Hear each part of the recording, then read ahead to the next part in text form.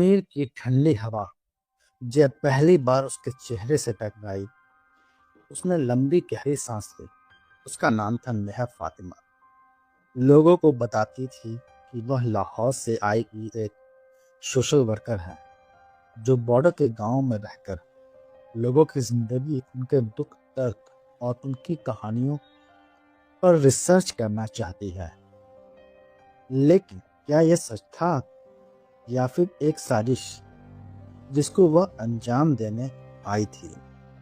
वह यहाँ इंसानियत के नाम पर नहीं, बल्कि भारत के एक बेहद खुदराज की जानकारी निकालने आई थी। कश्मीर के बारामूला जिले का छोटा सा गांव सांगलीपुरा, जो शांत, खूबसूरत और भोले लोगों से भरा हुआ था। यहाँ बाहरी लोगों का आना बहुत कम होता था, इसलिए मेहक का वहां रुकना शुरुआत से ही सबके लिए थोड़ा अजीब लग रहा था। लेकिन उसकी मीठी आवाज, धीमी मुस्कान और लोगों से बात करने का अंदाज गांव वालों के दिलों में उसके लिए जगह बनाने लगा। गांव के बुजुर्ग सरपंच अब्दुल चाचा ने उसे पहले ही दिन अपने घर पर चाय के लिए बुलाया। उन्होंने कहा, बेटी, हमारा इलाका बॉर्डर के पास है। यहाँ सब लोग एक दूसरे का साथ देते हैं। तुम अगर रिसर्च कर रही हो तो हमारा भी फर्ज है कि हम तुम्हारी मदद करें। बस थोड़ी सावधानी रखना। मेहर ने विनम्रता से सिर झुकाया और कहा, जी चाचा जी, मैं बस लोगों की कहानियां समझना चाहती हूँ। ये सब मेरी डॉक्यूमेंट्री के लिए है। पर असलियत थी कि डॉक्यूमेंट्री जैसा कोई काम था ही नहीं। उसे तो चाहिए था गांव वालों की रोजमर्रा की गतिविधियां, सेना की गाड़ियों का आने जाने का समय, सप्लाई ट्रकों के रास्ते और मोबाइल टावरों का सिग्नल पैटर्न। और यह सब जानकारी उसे मिल सकती थी लोगों की बातों से और प्यार। कुछ ही दिनों में मेहर का नाम पूरे गांव में फैल गया। बीमार बच्चा हो या अकेली बूढ़ी औरत, सब उसकी मदद लेने आ जाते हैं। मेहर हर मुस्कान के पीछे, हर बातचीत के बीच वही सवाल डालती जो असल में उसके मिशन का हिस्सा था। यहाँ से सेना की गाड़ियां कब गुजरती हैं, रात में पहाड़ों से आवाजें क्यों आती हैं, और साथ ही ऊपर वाले टावर में नेटवर्क ज्यादा मिलता है या नीचे वाले टावर में। गांव वालों को लगता है ये सब उसके रिसर्च का एक हिस्सा है बस। लेकिन गांव में एक थी आरिफा। उसकी उम्र सिर्फ 14 साल और दिमाग तेज। उसने पहली बार मेहर के बैग से झांकता हुआ एक अजीब सा कैमरा देखा था, जिस पर कोई लेंस नंबर नहीं लिखा था। उसके बाद जब भी मेहर किसी से बात करती, आरिफा पास ही मंडराती रहती थी। एक शाम जब सूरज पहाड़ों के पीछे डूब चुका था और गांव में हल्का धुंध फैल गया था, तो मेहर चुपके से गांव किनारे तक चली गई। उसने अपनी जैकेट से एक छोटा सा इलेक्ट्रॉनिक डिवाइस निकाला। वो था मोबाइल टावर फ्रीक्वेंसी पकड़ने वाला स्कैनर। जैसे ही उसने डिवाइस ऑन किया, पीछे से पत्तों की हल्की चरमराहट सुनाई दी और मेहर पलटी, कौन है वहां? तो आरिफा धीरे धीरे आगे आई और बोली, दीदी, आप अंधेरे में यहाँ अकेली क्या कर रही हो? गांव वाले कहते हैं कि आप यहाँ रात को आर्मी की पेट्रोलिंग होती है। एक पल के लिए तो मेहर के चेहरे पर मानो तनाव हो रहा, पर उसने तुरंत खुद को संभाल लिया। वह मुस्कुराई और बोली, मैं नेटवर्क चेक कर रही थी। रिसर्च के लिए मोबाइल सिग्नल का डेटा भी जरूरी होता है ना। आरिफा ने सीधा पूछा, लेकिन आपका कैमरा तो बड़ा अजीब लग रहा था। ऐसा कैमरा डॉक्यूमेंट्री वाले नहीं इस्तेमाल करते हैं। एक सेकंड के लिए रुक सी गई, फिर बोली, अरे वो कैमरा प्रोफेशनल रिसर्च के लिए होता है, इसलिए थोड़ा अलग दिखता है। आरिफा कुछ देर उसे देखती रही, फिर बिना कुछ कहे वापस गांव की ओर चली गई। मेहर ने उसकी भाती परछाई को देखकर सोचा, यह लड़की बेमतलब के सवाल बहुत पूछती है, ध्यान रखना पड़ेगा इसका। रात को मेहर अपने कमरे में गई और लैपटॉप ऑन किया और एक सुरक्षित नेटवर्क के जरिए उसने संदेश टाइप करना शुरू कर दिया। मेहर को ऑपरेशन का पहला चरण लगभग पूरा हो गया था। गांव वालों की गतिविधियों का पूरा रिकॉर्ड मिल गया उसे। उसने सोचा कि अगले 48 घंटों में सेना की कॉन्वॉय रूट की मैपिंग भी कर लूंगी और वो डेटा सेंड करने ही वाली थी कि तभी अचानक किसी ने उसके रूम के दरवाजे पर दस्तक दिया। मेहर ने फटाफट लैपटॉप बंद किया और दरवाजा खोला तो सामने देखा कि अब्दुल चाचा खड़े हैं। अब्दुल चाचा ने कहा, बेटी एक बात पूछनी थी तुमसे। तो मेहर ने कहा कि पूछिए चाचा जी, क्या पूछना है। तो उनकी आंखों में बड़ी अभी चिंता थी।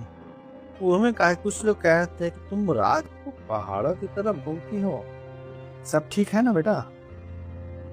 मेहर का दिल तो मानो एक पल के लिए धक धक करने लगा, पर उसने अपनी आवाज बिल्कुल शांत रखी और कहा, मैं वातावरण की आवाजें रिकॉर्ड करती हूँ।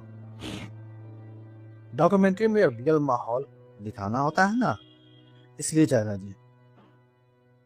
अब्दुल चाचा पूरी तरह आश्वस्त नहीं हुए, पर उन्होंने सिर्फ इतना कहा कि बस सावधान रहना बेटा, यहाँ गलत लोग भी घूमते रहते हैं। चाचा चले गए, पर मेहर जानती थी कि शक की पहली चिंगारी उठ चुकी थी और उसे पता नहीं था कि उस रात आरिफा उसकी खिड़की से चमकती हुई लैपटॉप की स्क्रीन देख चुकी थी। वह मन ही मन कह रही थी, ये दीदी कुछ छुपा रही। उस रात के बाद से मेहर का दिल हर पल चौकन्ना रहने लगा। गांव वाले अब भी उसे प्यार से बात करते थे, पर हवा में एक हल्का सा बदलाव, एक अनकहा संदेह धीरे धीरे उसके खिलाफ फैलने लगा। मेहर अपने मिशन को तेजी से पूरा करना चाहती थी और अगले 48 घंटों में उसे सेना की कॉन्वॉय के पूरे रूट का नक्शा बनाकर उसे अपने नेटवर्क को भेजना था।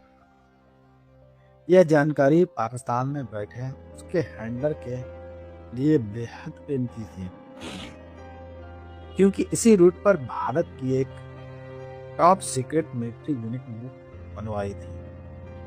पर उसके लिए सबसे बड़ी समस्या थी कि आरिफा, वह छोटी लड़की जो हर जगह उसे दिख जाती थी, कभी घर के बाहर, कभी मेहर के इंटरव्यू के दौरान, कभी पहाड़ी वाले रास्ते में, जैसे उसकी निगरानी कर रही हो, ऐसा हो लगता था। एक सुबह जब मेहर गांव की औरतों से खेती पर बात कर रही थी, तो उसने महसूस किया कि कोई उसकी तस्वीरें ले रहा है। उसने मुड़कर देखा तो आरिफा का एक मोबाइल फोन आधा झुका हुआ था और मेहर ने हल्की सी मुस्कान से कहा, फोटोग्राफी सीख रही हो क्या? तो आरिफा ने कुछ नहीं कहा, बस तुरंत फोन को जेब में डाल लिया और भागती हुई निकल गई। मेहर का शक अब और यकीन में बदलने लगा था। यह लड़की उसके मिशन के रास्ते की सबसे बड़ी बाधा थी। लेकिन दूसरा झटका उसे उसी शाम लगा, जब वह पहाड़ी के टावर के पास अपनी फ्रीक्वेंसी लॉगिंग कर रही थी। तभी दो जवान उसकी तरफ आए। मैडम, यहाँ क्या कर रही हैं आप? यह इलाका बिना अनुमति के घूमने के लायक नहीं है, एक जवान ने सख्त लहजे में। मेहर ने तुरंत अपना बैग खिसकाते हुए मुस्कान बनाई, मैं बस नेटवर्क रिसर्च कर रही हूँ। लोग यहाँ कॉल ड्रॉप की शिकायत करते हैं। जवानों ने एक दूसरे को देखा और फिर बोले, देखिए यहाँ आर्मी की मूवमेंट होती है, तो कृपया आगे से आसपास ना आए। मेहर ने सिर हिलाया और जवान चले गए, पर उसकी आंखों में डर साफ दिखाई देने लगा था। वह समय से पहले ही पकड़ ली जा सकती थी, और अगर पकड़ी गई तो सब खत्म। उसके दिमाग में यह ख्याल आया, इसलिए उस रात ने तय किया, आज आखिरी डेटा लेकर ऑपरेशन खत्म करने ही होगी। वह आधी रात को कमरे से बाहर निकली और ठंड तेज थी। हवा में बर्फीली नमी घुली हुई थी, पर मेहर को सिर्फ अपना मिशन दिख रहा था। वह पहाड़ी पर चढ़ी और डिवाइस ऑन किया। सिग्नल मिलना शुरू हो गया। Army convoy timings, encrypted radio channels, truck movement patterns, सब कुछ उसके डिवाइस में कैप्चर हो रहा था। पर अचानक नीचे की तरफ से टॉर्च की रोशनी चमकी और मेहर चौक कर पीछे मुड़ी। सामने आरिफा खड़ी थी। आरिफा की आंखों में डर नहीं था, बल्कि गुस्सा था। दीदी, आप कौन हो? आप यह सब क्यों कर रही हो? किसको भेज रही हो ये डेटा? मेहर कुछ सेकंड्स के लिए तो मानो जम सी गई थी। फिर वह धीरे धीरे आरिफा के पास आई और उसने आरिफा से कहा, सुनो, तुम समझती नहीं हो लेकिन वह के पूरा होने से पहले ही आरिफा चिल्ला उठी, आप जासूस हो, मैंने सब देख लिया है, मैं अभी चाचा जी को बता दूंगी।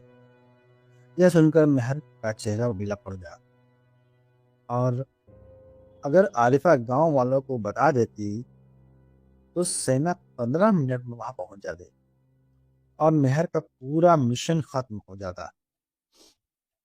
मेहर ने तुरंत उसका हाथ पकड़ लिया और आरिफा बोले, आरिफा प्लीज सुनो, ऐसा मत करो, तुम नहीं जानती मैं क्या करने आई हूँ। पर आरिफा छुटकर भागने लगी।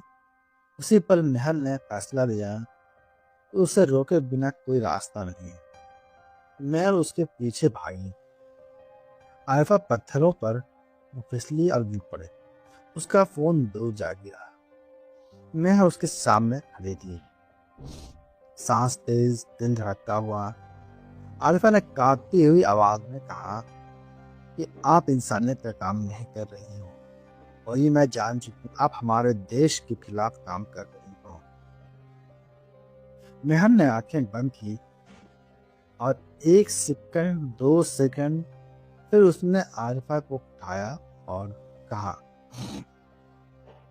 तुम जो कह रही हो वह सही है, लेकिन अगर तुम किसी को बताओगी तो दोनों की जिंदगी खतरे में पड़ जाएगी। तुम समझ नहीं सकती, यह सिर्फ मेरे नहीं, एक बहुत बड़ी साजिश का हिस्सा है। आरिफा धीरे धीरे पीछे हटी। मैं झूठ नहीं बोलूंगी, मैं सबको बताऊंगी। मेहर ने गहरी सांस ली। फिर उसने वह कदम उठाया जिससे वह खुद भी डरती थी। उसने अपना बैग उठाया और डिवाइस निकाला और डेटा ट्रांसफर करना शुरू कर दिया। और मेहर आरिफा की आंखों में सीधी नजर डालते हुए बोली, तुम्हें अभी जाना नहीं चाहिए। जब तक मैं यहाँ हूँ तुम किसी को कुछ नहीं बताओगे, क्योंकि अगर तुमने बताया तो सिर्फ तुम्हारा नहीं, बल्कि इस पूरे गांव खत्म हो सकता है। यह सुनकर आरिफा के चेहरे पर डर जमने लगा। वह समझ नहीं पा रही थी कि मेहर झूठ बोल रही है या सच में कोई बड़ी परेशानी आ सकती है। उसी समय पहाड़ी के नीचे से आवाज आई, मेहर वहीं रुक जाओ, हाथ ऊपर करो।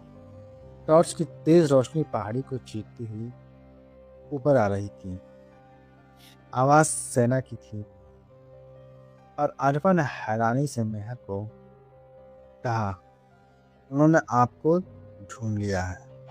मेहर का चेहरा पीला पड़ गया। उसका मिशन अधूरा था। डिवाइस आधा डेटा ही भेज पाया था कि आर्मी की आवाज पास आ रही थी। तुम गिर चुकी हो, डिवाइस फेंक दो।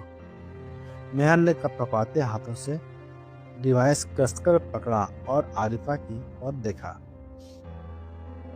उसकी आंखों में अब सिर्फ एक सवाल था।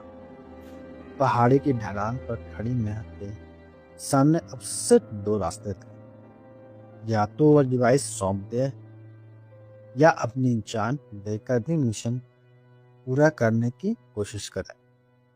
नीचे से आती सेना की टॉर्च की रोशनी पहाड़ी को चीरती जा रही थी। हवा में तनाव ऐसा था जैसे पूरी घाटी सांस रोककर खड़ी हो। आरिफा कांपते हुए बोली, दीदी अब आप भाग नहीं पाओगे। आर्मी वालों को सब पता चल चुका है। मेहर ने गहरी सांस ली और उसका चेहरा अब पहले से ज्यादा शांत नहीं था। वह टूटी हुई पर फिर भी डर और हिम्मत दोनों के बीच झूलती हुई लग रही थी। आरिफा उसने धीमे स्वर में कहा, अगर मैं पकड़ी गई, जो लोग मुझे यहाँ भेजते हैं वो तुम्हारे गांव को नहीं छोड़ेंगे। मैं ये सब किसी की खुशी के लिए नहीं कर रही। ये एक जंग है जो तुम समझ नहीं सकते हो। आरिफा ने पक्के इरादे से जवाब दिया, जंग कोई भी हो, निर्दोष लोगों को ऊपर नहीं लड़ जाती है। आप गलत हो दी थी, बिल्कुल गलत। पहली बार मेहर के चेहरे पर अपराध बोध की एक हल्की झलक आया। शायद कई सालों से दबी हुई इंसानियत अचानक बाहर आने की कोशिश कर रही थी, पर उसके पास समय नहीं था। आर्मी अब सिर्फ 50 मीटर की दूरी पर थी। चारों तरफ से पहाड़ी को घेर लिया गया था।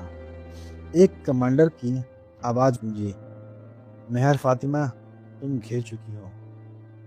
डिवाइस नीचे फेंक दो और हाथ में ऊपर कर दो। ये आखिरी चेतावनी है। मेहर ने आरिफा की ओर देखा। का मुझे माफ करना, उसने कहा। आरिफा डर से पीछे हट गई। आप क्या करने वाली है? मेहर चिल्लाई। उसने डिवाइस हवा में उठाया और डेटा ट्रांसफर पूरा करने के लिए आखिरी बटन दबाया, पर उसी क्षण एक स्नाइपर की लेजर रेड पॉइंट उसकी कलाई पर आकर ठहर दी। फायर मत करो, नीचे से कमांडर चिल्लाए। लड़की उसके साथ है, पर चेतावनी देर से पहुंची और ढाक की आवाज आई और गोली चली। डिवाइस मेहर के हाथ से छूटकर जोर से जमीन पर गिरा और टुकड़ों में बिखर गया। मेहर एक कदम पीछे लड़खड़ाई। उसके हाथ से खून बहने लगा। डेटा पूरा नहीं हुआ था। उसका मिशन जिस पर महीनों की योजना बनी थी, उसी पल ध्वस्त हो गई। आरिफा भागकर उसकी तरफ आई। दीदी उठिए, आपको चोट लगी है। मेहर जमीन पर बैठ गई और आसमान की तरफ देखते हुए उसकी आंखें भर आई। मुझे पहली बार किसी ने दीदी कहा, उसने टूटती आवाज में कहा। सेना ऊपर पहुंच चुकी थी। कमांडर ने सख्त स्वर में आदेश दिया, हथियार नीचे करो, लड़की को अलग करो। दो सैनिक आरिफा को सुरक्षित जगह ले गए। बाकी मेहर के आसपास खड़े हो गए। कमांडर ने घुटनों के बल बैठकर उससे पूछा, तुम्हें किसने भेजा? मिशन क्या था तुम्हारा? मेहर धीरे से मुस्कुराई।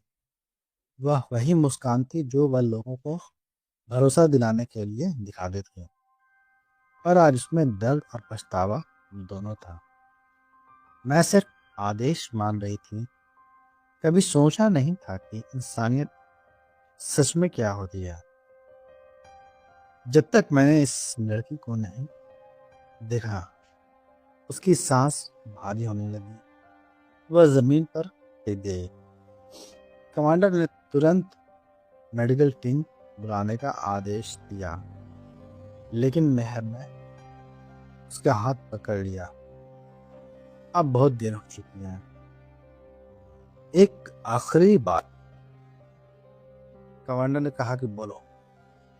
मेहर ने आंखें बंद की और कहा, इस गांव को सुरक्षित रखना, यही मेरी आखिरी रिक्वेस्ट है। उसकी आवाज धीमी होती गई और कुछ सेकंड बाद सन्नाटा छा गया।